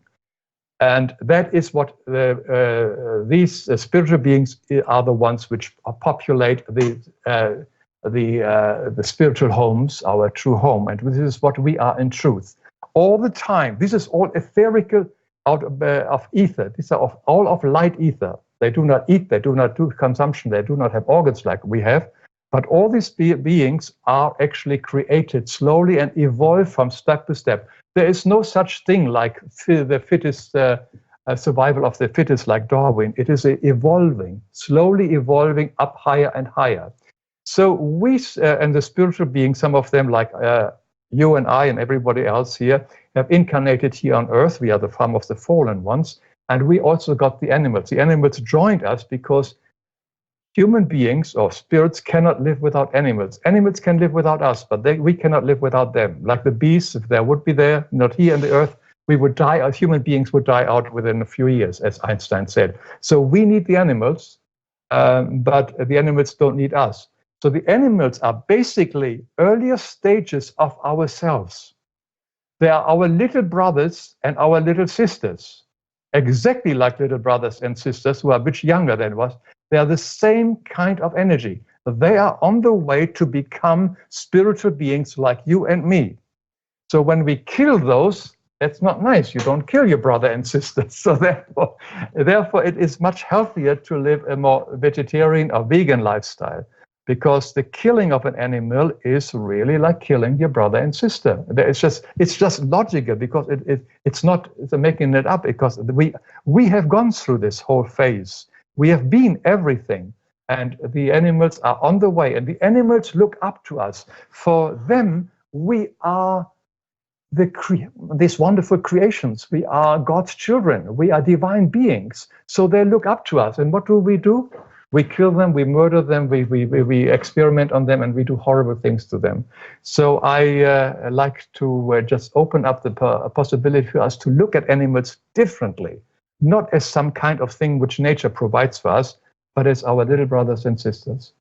So did you just say that animals don't evolve directly from animal lives into human lives, but they sort of leapfrog the human and go into some higher spiritual realm, and then from there they may come back and incarnate as humans? Okay. Because some people say, well, okay, a cow becomes a human in its next life or something, or whatever. No, it still has to go to the nature spirit kingdom. It still has to become a higher being, where the animal has got not a free will, and it slowly has to learn to have a free will. And this comes then through the nature being, when the nature being, out of love, helped the animal kingdom, and then later on the spiritual being. No, it's not my understanding that a cow or whatever it is can become a spiritual being. Now, the soul sometimes can, in the past, until Christ came and stopped this whole evolution of soul, could have incarnated in animals. That is possible. But it is not, I understand it's no longer possible. Okay. Incidentally, I just want to add that for your sake and for the sake of the listeners, that as I listen to all this stuff and think about all this stuff, I take, and this, I've been doing this for a long time, not just since this interview, I take everything with a grain of salt. But at the same time, I give everybody the benefit of the doubt. I take everything as a hypothesis, which is interesting to think about and talk about and investigate. And, some hypotheses for me seem to carry a lot more credibility than others. But, I wouldn't absolutely deny anything you're saying, nor would I absolutely say, yes, it's got to be true. It's just the way I kind of go through life. In the same way, I don't try to convince anybody, neither you nor anybody else. But since you asked me the question, I try to explain it. Yeah. I mean, so a discussion like this for me is fascinating and interesting and stimulating, and it's a way of exploring ways of thinking that I might not have considered. It's not like an opportunity to take on new beliefs and cling to them tightly. It's more like, let's talk about this, let's explore, let's think, and maybe we'll come away understanding things more deeply, at least with, more possibilities open to our way of seeing things. Same like you as me as well. Over the years, we both have been on the spiritual path for 50 years or whatever. And it is a gradual thing. When the first time I heard this about it, and it took me, I said, it takes time to accept it. I remember there was so much stuff in the Edgar Cayce teaching. I was fighting, really, says, this can't be true, this can't be true, this is bullshit, I'm no longer read this stuff. And then a few months later, it says, wow, yes, it's true. So yes, of course, we have to be skeptical, and it's good to be skeptical, because nothing is worse than accept everything right away without questioning. And but the answer should always come from our heart, most likely, and not from our intellect. Does the heart say, this makes sense, or does my head say, my intellect makes sense? So if our heart says, this makes sense, then there's something to go for. I think in the end, that is our only guidance we really can trust. Yeah, you have a video actually called Intelligence versus Intellect, and there's an important difference between the two, you say. Is that what you were just alluding to? That's part of it, yeah. Yeah, the intellect really doesn't. Actual intellect is a good tool in many ways for survival, but it never goes to the source of the problems, and it only comes with patchworks and gives us never the real answer. The real answer is always love. Mm. And the intellect will not give us that answer. Okay. Another title of yours that jumps out at me is 10 Surprises When You Die. I don't know if you can remember all 10. What are some of the surprises? Yeah. And maybe they won't be a surprise to somebody like you who already thinks about these things, but maybe to the average person, they are surprises. Well, since you mentioned it, this is actually why I do this video. I don't know, you read my introduction. Oh, that's right. The story of your father. Tell us that story. Yeah, it's a good one. Well, very briefly, my father was dying and his 4 children were around him. And he was a real soldier in the war, and he had seen a lot of death in his life. And he just knew there was nothing after death. This is over, but he didn't mind dying. But it just, I had my life. It's over. So when I was, we all took our own turn in the last days with him. And I was alone with him. I says, look, I know that you don't believe there's anything after life. But just in case you are on the other side and you just find yourself still alive, these are the 10 things or whatever it is which you may see and experience. So don't be surprised, but I want to tell you that. So I told him these things, and then he just smiled. He couldn't speak anymore, and let's forget it and so on. I said, yeah, that's your belief system. Anyway, I totally forgot about it. I never even gave it any thought. And I was just some 6 or 7 years later, I was at a book signing of a medium, Ronald Comtois, very well known, who was very young, and everybody raved about him, and I wanted to meet this guy. I've seen a lot of people doing that. There was nothing special to me. I wasn't really curious. I just wanted to meet his approach to it. And since it was in a very small area in a bookstore, I wanted to become early. I wanted to sit down. So I came a bit earlier. I was empty. I sat down, closed my eyes, meditation. Somebody taps me on the shoulder and he says, excuse me, I am Ronald Comtois. I saw you coming in. The moment you came in, your father came to me and says, go to this man and go, and this is my son. Thank him for what he has told me. It was the most valuable information he has given me, because it really helped me to find my way on the other side. And then a lot of other things. And he also said, would he please write books about this? Because I see a lot of people now where I work coming in, every soul coming on the other side, and they're totally confused. They don't know what's happening and what's hitting them and so on. So they need to know about it. Anyway, that was the idea why I said I'm not writing books, but I make some videos. Anyway, so let's just go on 2 of these points which I remember. First of all, the biggest surprise is probably that you are still alive. A lot of people not ever, it's no change, you are still alive. Second, you have a body. You have a body like some people have it younger, but it's very similar like you had before. It's a spiritual body, but it is a body. And then you can also, but then you will also notice that your body is sending out light, or maybe you're not noticed it right away, but you can't hide anything in the spiritual world. You are who you are. You cannot, if you are really lived a very horrible life, you will be in rags or whatever it is, etc. You will realize, oh my God, this is what I did. And your body or your soul garment gives away who you are in a way. Then your character is also not changing. If you are a nasty person now, chances are you are nasty on the other side too. And if you are whatever it is, people don't change through death. The characteristics are what we believe in. None of this really changes. So whatever I take on programs in this lifetime, and I take it into the other lifetime with it. So the personality as such does not change. Neither do our desires and cravings. If I am an alcoholic, if I do drugs, sex, or whatever it is, this desire, this physical body desire is still in me very strongly. It can also be so strong that I rush back to incarnate again for that reason. I also will find out that everything that I thought was so important in this earthly life, the achievements, success, etc., are of absolutely no consequence. They don't mean anything. The only thing which means there, have I loved? That's the only thing with image. Have I loved? Then, of course, I will also realize that I might meet other light beings around me. We call them angels, or our guardian angels, who may guide us further. There may be even relatives who have died who greet us. There may be most likely our pets who greet us.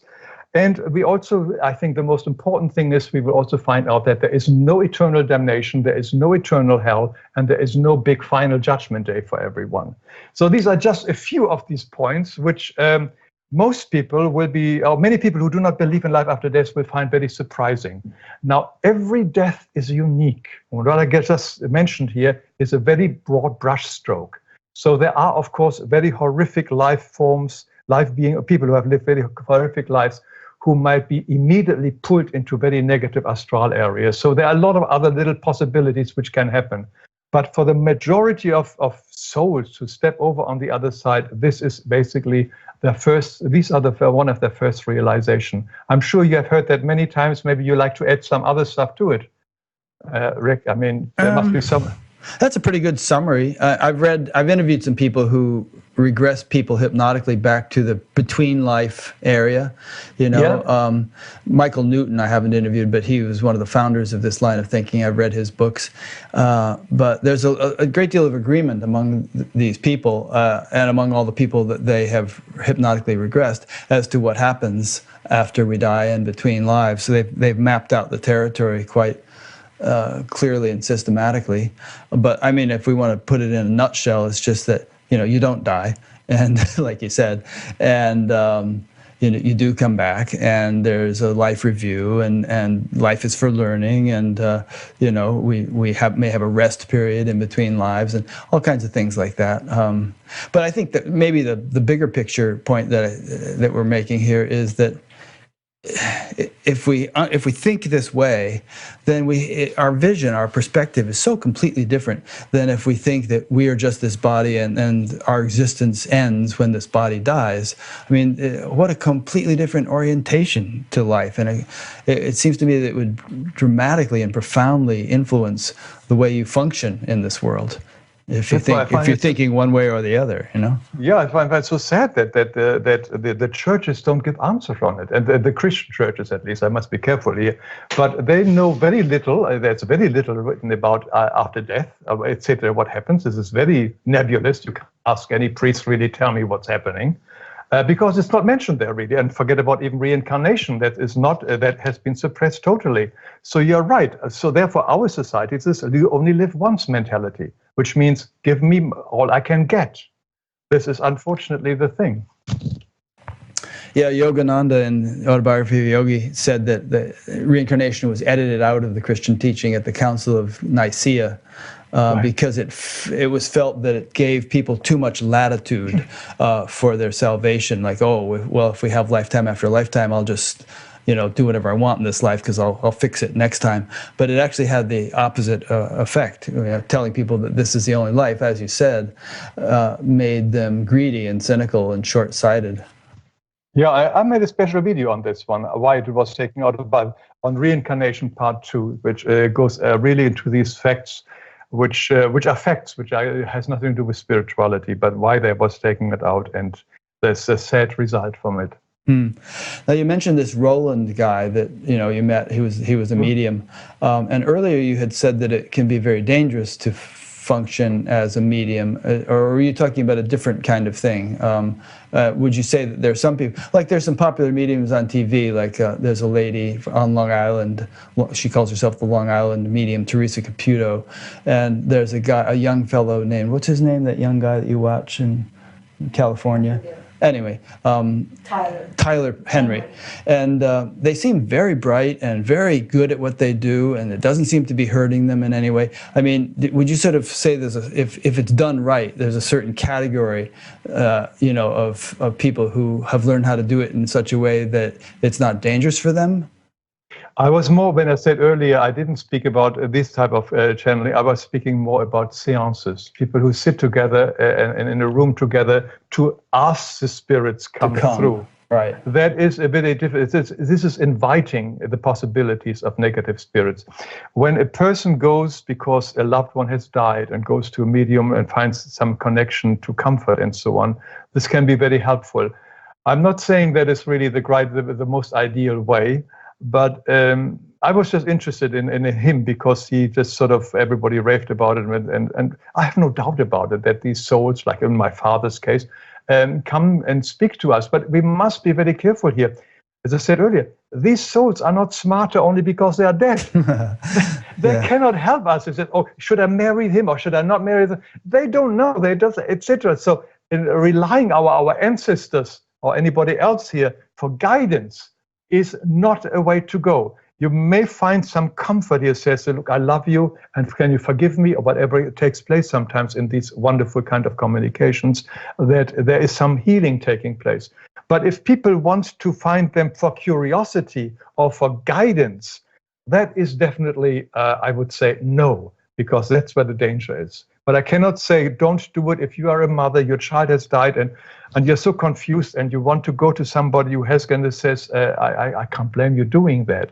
But don't go there because, oh my God, I wish I could ask my Aunt Mary again what she would think about whether or not I should marry this guy or whatever. Yeah, that kind of thing. That is, they are not smarter. They are definitely not smarter. Yeah. Also, I remember first time I met Maharishi Mahesh Yogi, I was on a course with him. Somehow this topic came up, and he said, if this mediumship involves anything where you are channeling or allowing some other entity to use your nervous system as a way of communicating to people on this level, it can be very dangerous because it breaks down your mind-body coordination by sort of putting you in the back seat, as it were, and them taking over. He said over time, it can have a very deleterious influence on you. Yeah, and the danger is that many of these entities who speak to somebody, even in public, give this wonderful spiritual information and so on, and we are still at all what they are saying, but they are not necessarily highly evolved beings. They are just basically copying what they heard from other angels or whatever over there. The fact that somebody is used by a spirit being is not necessarily mean that the spirit being is a very highly evolved being. We have to be very, very careful and critical about it. I mean, you have read, I'm sure we all have read channeled material, and some of them is really questionable. Yeah, a lot of it sounds like it wouldn't pass a high school English test because it's written in such a convoluted way. That's why go within. I would say go within. You have got everybody has everything within ourselves. Go into meditation, quiet, still, as Christ said. Go into your room. Go within yourself. God lives in you, not somewhere else. And when God lives in you, or Christ lives in you, if you believe in Him, then this communication takes place. And speak with Him there. And everything it will be given to you, whatever you need to know and whatever you have to interact. I can't tell you how many emails I get from people who says that through prayer and so on, they wanted to know, they were so confused and so on. And for some reason, they very quickly found my channel and find some answers. I'm not saying mine are the ideal channel for everybody, but immediately help is given on the frequency the person can take. So my videos are on a frequency certain people can take. There are other videos and other stuff out there. So when we ask for help, the guidance will be right there, and the guardian spirit can guide us right to it. Well, actually, what you just said in the last minute or two led me right into the next thing I wanted to ask you, which is you have a video entitled 12 Things Higher Evolved Beings Have in Common. You were saying that these are entities that come through aren't necessarily higher evolved beings, but you know, so what are the things that genuine higher evolved beings have in common? What characterizes them? Rick, you got me. I made this video years ago. I don't know all the time. Oh, well, maybe you remember a few of them. Yeah, no, of course. First of all, higher beings means we are no longer selfishness. We are really aware that everybody else is connected with us, and the welfare of everyone else around me is as important as my welfare. So that is already cuts out. That also means that we at higher, we would never abuse the earth or with animal or whatever it is. We would respect everything. Everything is living. The matter or material or the material kingdom is also living. Everything is living, and we respectfully deal with everything. We would never have a competition like we have here, sports or whatever it is, where somebody would win and 100 are losing and so on. This would be out of the way. And gosh, what else is there? That we would know why we are here. We would know that our goal is to become higher and higher, more purified, more loving, to come to a higher frequency. That's why at the moment totally blank, but I think these are some of the That's some good points. I mean, as Jesus said, you shall know them by their fruits, you know? Exactly. And of course, they can see the auras of each other. So you cannot lie, you cannot cheat. So you're totally yourself, totally honest. So all these things are there, and it's a very different life than what we lead here on earth. Yeah. What comes to mind is, sometimes these days there are spiritual teachers and everybody thinks they're very highly evolved and enlightened and all that. And then it turns out they're really doing horrible things. They're sexually abusing their students or taking their students' life savings or, just misbehaving in various ways. And so it begs the question, how enlightened are these people? Are they really all that evolved? Maybe they're good showmen. Maybe they're possessed by some demonic entity which has some kind of powerful radiance, but actually is a taker and not a giver. That has some kind of negative agenda. I think many of them started off honestly and pure, with a certain kind of purity. Got corrupted. But then came corrupt, because and corruption, which you see everywhere, and spiritually as well as in religion, comes through fame. And when you have people following you, putting you on a pedestal, and then suddenly you have got the Bill Clinton phenomena where you think you can get away with anything, And so that, I think, the temptation, because people are giving you their energy. When you are standing in front of an audience, and they like you and they love you like pop stars, you're getting all the energy from your audience, and you are high. You as a singer, as a musician, know that. You get totally high on stage. That is the energy which you get from the audience. And a lot of them afterwards go to the empty hotel room and collapse because the energy is gone. So they go to drugs or whatever it is. So the energy comes, and a spiritual leader or a religious leader has the same thing. He dresses up nicely, etc., and he gets all the attention from his devoted flock, and that energy builds them up, and they start believing, I am better than the rest, etc. Vanity, vanity, vanity, and that's also part of the reason why I, at the moment, don't do any personal experiences, because the danger, having given talks all over the country and the world as an author, and having always this loving audience and so on, it is a very tempting thing. You can really fall for that. And I don't want to mix this with my spiritual stuff. So the videos are fine. At the moment, every day I have 15,000 people watching my videos. This is more than I can fill at a stadium, so on my own if I work hard. So this is better. And I can stay as I am and who I am, and I can sort of run in shorts around, and we don't have to dress up. So it's a great opportunity. Yeah. Pride goeth before a fall. There's that saying. Definitely. And you see it everywhere. It's something I deal with a lot, because I interview so many people, and then out of all these hundreds and hundreds of people, there's some of them become bad apples, or were bad apples to begin with, and I didn't realize it, and so then we have to decide what to do, and so I don't know. Anyway, it's an issue. So we have a little bit of time left. There's a few other things that are interesting, I think, and and of course from your side, if I'm forgetting to bring some topic up that you feel like talking about, just launch into it and we'll talk about it. But one is that you have this thing about the horrors of organ transplants, and I listened to that carefully and I thought about it, and you say in the description of that for a soul, an organ transplant can be a terrifying experience. We must make sure that our loved ones know our wishes with regard to organ transplant, so they don't have to make the decision for us. And usually these days, if you get a driver's license, you can check off a box whether you want to do it or not.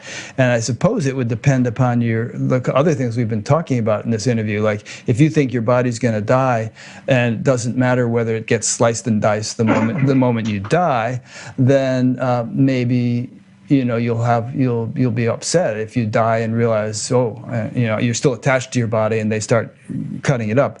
If you sort of have more spiritual perspective and are liberated from the notion that you are your body, and you realize you're much more than that, and you'll go into another body, then maybe you won't care, and maybe you'll be happy to extend somebody else's life. Let me just say one more thing and I'll let you go with it. There's a story of a young girl. Well, firstly, there was this girl in the news recently who was just real sweet girl, and she needed a heart. She was going to die. She was a big fan of the singer Drake, and Drake came to her hotel room or her hospital room, and she was so delighted. And it was a really sweet, heart-rending story. And then she eventually got her heart transplant, and then she's really doing well, and she's dancing and happy. You see that, and you think, whoa, heart transplants are great for this little girl and for many like her.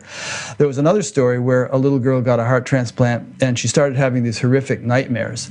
of being attacked and killed and everything. And the nightmares were so vivid and so specific that she was actually able to provide details to the police of the person who had murdered the child whose heart she now had, and it actually led to the conviction of the murderer.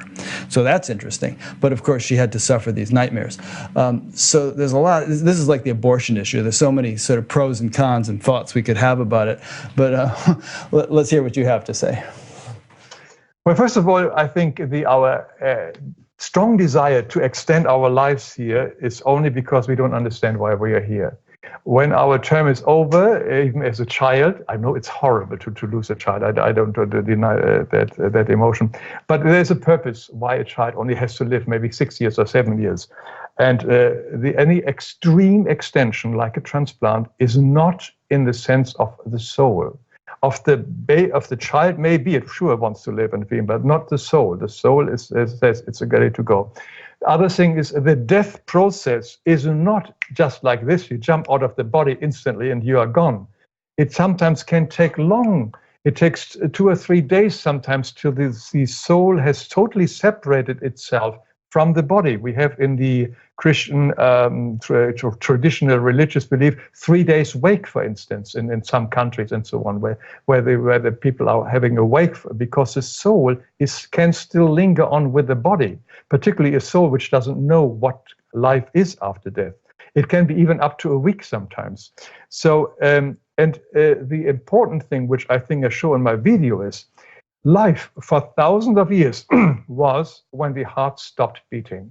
When the heart stopped beating, the person was dead. Then the soul really left the body in a way. But this is not the case. They do not allow the heart to stop. They now decided it is the brain. When the brain no longer has a signal, then they call it clinical death. It's a death which is decided only recently. And so they keep the heart is still going, the body is still working. So now if they're allowed to make a transplant, they cut open the body with a beating heart, because the heart has to beat, otherwise the organs are useless. So that is not mean that the soul has left the body, because the heart is still beating. And the fact that the soul is on zero doesn't mean it hasn't left the body. You heard about, or you maybe even had what is this? Eben Alexander, yeah. He was comatose. Right. His brain was flatlined. He was still alive. They thought he was never going to come back, but he came back. Typical example. So this is an example. So they normally would have cut him open and take all his organs. But he was still connected to that body. Otherwise, he couldn't have returned. The silver cord was still intact, fully. And when that happens, the soul feels all the pain of the cutting off of the opening of the body and taking out of the organs. And because some of souls are so attached, they cling to the organs like a heart, which gets transferred now to a new body and stay with that soul of the patient who now gets a new heart, and sometimes take over it. There are a lot of reports of, you have just mentioned, that the recipient of the donor part takes over different personalities, has memories they never had before, has habits which they had never before, etc., etc. On my video, I mentioned some books at the end which sort of make that point, as you have laid out. So I really, really feel strongly that organ transplants, if you want to do that, fine. I'm not saying do whatever you like, but please be aware of it, that you might still be alive. You might be still attached to your own body. You see them opening your beating heart, because you're not dead, and taking the thing out. Do you want to go through it? And also understand that when the time for a person has come to end, like they need a new liver, they need a little heart, or whatever it is, that is a normal way of life. That is leaving graduation day for that person. The school of earth has come to an end. It's a normal way. And making an excessive extension through organ transplant is not what we had originally signed up for. Yeah. Well, I'm sure there are people who could debate you on that, but we won't go into it too much more. Sure. I mean, there might be instances where the heart has stopped because you actually got in some accident and you're dead, and they harvest your organs quickly enough. But then you're saying there's still this 3-day period. They can't. Yeah. Sorry, they cannot take bodies from where the heart had stopped. It's not possible. That organ doesn't work. The heart has to keep going. That's what people don't know. The heart has to be still beating for the transfer. I didn't realize that. I thought maybe if it was fresh enough and quick enough, they could still get them out and they'd work. I don't know. I have a friend who is a very spiritual guy. He's been meditating since the 60s. He was Maharishi Mahesh Yogi's personal secretary for a couple of years. He was within a day or two of dying because his liver was a mess because he had hepatitis C from his wild days in the 60s. And he got a liver transplant, and he's doing pretty well. I mean, he's happy, and he's helping me. He helped set up an interview with Eckhart Tolle and all kinds of things. So I don't know. This is one of those things where I have a hard time making hard and fast rules in that there are exceptions to every generality. But I respect your thinking on it, and the question is, you can only answer the question for yourself. Are you willing to let somebody take your organs out of your body? Yes or no? That decision you don't have to answer. But that is the only decision you have to make. Am I doing it? And this is all you ask for, do. And that's the anyway. My feeling would, I mean, if I were somebody like Eben Alexander, and and I was actually going to come back, then yeah, I wouldn't want them harvesting my organs. If there was no chance I was going to come back and I was really dying, then I would think, yeah, take them. I'll get a new body, and maybe I mean, even little things like corneas. You can sort of have transplants that can give sight to a person, or some little minor thing like that, which not so minor if you've been blind. It would be like a way of serving or giving. Something that you no longer needed or could use, and it could help other people. But as you say, Rick, this is your choice, and yes, you make that choice. And if your choice is done out of love, which obviously it is, I'm sure it is that is basically the underlying energy of everything. If you do it out of love, it can be very different. Yeah, I mean, I'm no saint, but my life is kind of about giving, making as much of a contribution as possible. Being as much of service as I can be in this life, and maybe that would be a final act of service. Okay, so what do we got here that we haven't talked about? We've talked about a lot. One is, well, here's one. And we have a little bit more time, I think. We don't have to stick to 2 hours exactly. We can even go over a little. A lot of the things we've talked about have implications for other videos you've made. For instance, everything we said about death and dying has implications for mourning and grieving. Like there's a verse from the Gita that comes to mind. You grieve for those for whom there should be no grief, yet speak as do the wise. Wise men grieve neither for the dead nor for the living. And the implication is that nobody dies. And yet people really get bent out of shape when somebody dies because they feel like they have ceased to exist. And we've pretty much covered that doesn't happen. But anything you want to say about mourning and grieving? Well, I think mostly that mourn about themselves, not about the other person. That's true. They're going to miss the person. Because if they're really logical, if the other person doesn't exist anymore, then the other person wouldn't experience any negativity. That's true. If it doesn't exist. So we only mourn ourselves. And it is absolutely natural to mourn. We should take that very, very careful, that we must mourn a certain process. So like somebody amputates my arm, I will miss it. It takes time till I really accept the fact that I suddenly have no arm anymore. And a loving person in our life suddenly not being there anymore is a major adjustment. So mourning, but we must understand we mourn for ourselves and not for the other person or who has left. And that is fine. And what I found so interesting, and that's why I made the book I Will Always Love You a long time ago, which is a children's book, but it is basically the teaching of Dr. Kübler-Ross, who very clearly said anybody who does excessively mourn is somebody who thinks they haven't verbalized I love you whilst the person was still alive. I think that is very important, that we do say I love you verbally to everybody around us, and in our mind to everybody we see and interact, like the old Ho'oponopono. I love you. I thank you. Forgive me, please. Yeah, I love you. I'm sure you had some Ho'oponopono people on your It's come up, but we never dedicated a whole interview to it. But yeah. But it is basically to love, and it's basically so too important. The message is here to say I love you in this lifetime, and it's just a funny story there. When I grew up in Germany, of course, we do not say I love you to our parents or anything. We understand it, but the word love is just not used. It just doesn't. Here in America, I love ice cream, I love sunshine, I love everything, I love you, it's okay. It's easy. So I realized when I made this book, and I said, oh my God, I've never said that to my parents.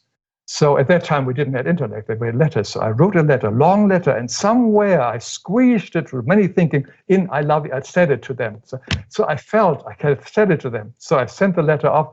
2 or 3 weeks later, I got a letter back and says, thank you very much, very interesting letter, but we were not quite sure what you were after. So anyway, but I've said it, it's all that matters, you see. That's so funny. It is important for us to say that. Yeah, definitely.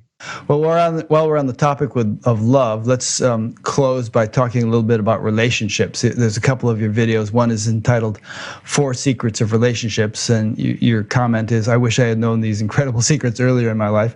And another is 5 Facts About Soulmates. So what would you like to say about relationships and soulmates? Well, I don't remember that video too much anymore, and it's you put me on the spot here. But the main thing is often that we are feeling attracted to another person because we feel he or she has something what I don't have. That is basically why we fall in love, because we like his strength, his energy, and he likes the sex or whatever it is, etc. So many relationships are nothing based on trading. I give you a little bit what I have. I can cook well. I've got sex. I get your security, whatever it is, etc. So there is this wonderful exchange, and everybody thinks they're in seventh heaven because it's wonderful. They fit wonderfully together. That's why the one have a trophy wife and etc. Nasty looking person, a trophy wife, but he is very rich and very powerful, etc. So it works perfectly. A lot of relationships are based on this and not necessarily on love, because sooner or later comes a time when one of the 2 partners no longer wants to give what they used to give. They may change their mind, they may change their views, or whatever it is, and then we fall out of the magnolia tree. Then, of course, it's the end of the world, etc. It's no longer get this, and then we are getting angry, etc. So it never was a love relationship. It was a trading relationship. So the idea is, why are we attracted to these opposites? Is so that we develop in ourselves the very qualities we admire in the other person. We have to become independent, strong, and whatever it is, etc., etc. So then we are strong, and then we are a true partner for our partner, because we then both are strong in our own way, because we are complete. But as long as we are infatuated by what in the other person's quality, whatever they may be, characteristics, financial, or whatever it is, position, and we don't develop ourselves, we are totally dependent there, and this will usually crash. It will have to come to an end, that relationship, sooner or later. So we have to develop whatever we admire in the other person. The other 3 at the moment escape me, and the other thing is soulmate. And soulmate is an interesting point. It's my understanding is very different than what most people say. They long for their soulmate here on Earth. Because this is what a lot of videos, a lot of New Age gurus tell them and so on. Look for your soulmate. There are shelves of books, how to find your soulmate. And my understanding of soulmate is very different. It says the soulmate is truly your partner in the spiritual world. They are male and female, totally together for eternity, love, and they are just totally close. The soulmate does not normally incarnate at the same time when you are here. Because again, you must learn on this planet Earth all the tasks on your own. You have to become strong. A soulmate would make it just too easy. It's just like you're going to college and you get your mommy as well as your dog as well into college, all your comfort and your blanket and your food, everything to college. You wouldn't grow if mommy would be around you all the time. So you have to be on your own for a while in the college year, so really to become strong. So the soulmate is not somebody we find here on Earth for most of us. There is an exception, or one of the exceptions is that if I decide with another spirit being, my soulmate, to do some major spiritual work here on Earth, like something, either Mother Teresa work or whatever it is, in a way where I help other people, where my purpose is not to undo my karma, but my purpose is to serve to the people, to the souls. That is the only exception that I can think of why it is. Now, that does not mean we can have fantastic love relationships with other souls here. And that is absolutely normal, and this is how it should be. But they are not our soulmates. They are not our partners in the spiritual world. But we can deeply in love, and that is absolutely perfect to be wild and crazy in love with anybody we meet here. And this same person can, in another lifetime, have been your brother and your sister, whatever it is. We play the partner role here in this lifetime. So it just changes. But looking for your soulmate so that you are saved in your hard life here on earth, and it would be so nice to have a comfortable person to cuddle up with and experience this life. Forget it. This is not what you are here. You've got 800,000 hours. Most of it you probably have spent already. Now live it up and become the strong person you are. Become the powerful, loving person right on your own with all the help given to you, but not by your soulmate. Good. Well, that's probably a nice emphatic point to end on. So, as people listening and watching this can tell, we've dipped into, Hans has made like 76 different or 70 different videos, and we've sort of touched upon a whole bunch of them here, not even half of them. And each time we've touched on one, I calculated, because I downloaded all your stuff and converted it to audio, but it would take about 14 hours to listen to it all. That includes several other interviews you've done. So we've just touched upon a lot of things, and people, can take this as a sort of a tickler or a teaser. And if they find this interesting and they would like to actually see you go more deeply, 12 things higher evolved beings have in common, you can only remember 2 or 3. If you want to know the others, watch that video. And you'll see not only him say this stuff, but illustrate it on a whiteboard as he goes along. And it's very entertaining, and that's why his website is so popular. Over 110,000 subscribers and many, many viewers. So this has been an introduction to the work of Hans Wilhelm. And let me just hold up your books here. I didn't do that in the beginning. So this is the one you referred to, I'll Always Love You, inspired by the work of Dr. Kubler-Ross. And it was actually based upon your experience with your dog, I guess, when you were younger. Here's a couple you wrote with Byron Katie, the 4 questions for Henny Penny and anybody with stressful thoughts. And you're the illustrator, obviously. And then Tiger, Tiger, Is It True? Another one written with Byron Katie, 4 questions to make you smile again. Good little books. They're kind of written for children, but adults could even... Well, if you know some children, buy them, read them, and then give them to the children. You'll both benefit. Thank you so much, Rick. It was such a pleasure to be with you, and I'm very honored that you thought of me and give me the opportunity to share the little I have discovered with such a large audience like yours. Oh, it's been great. And I want to apologize to the people who tuned in for the live thing, and then I had a computer problem and I lost you all. So we only had about 5-6 people on here instead of the usual 150 or 200. So I'm sorry that happened, but you'll get to see the whole interview, when it goes up permanently in a week or so. Or actually, it's up now if you're hearing me say this. So anyway, sorry about that if you were looking forward to the live one. And you mentioned you get emails a lot from people. Can people actually contact you to ask questions or tell you things or whatever?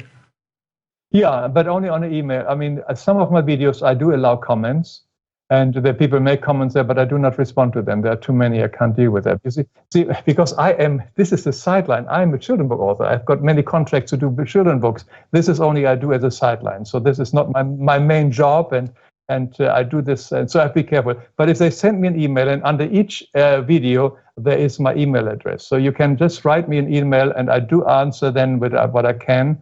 And yes, I can do that. Okay, great.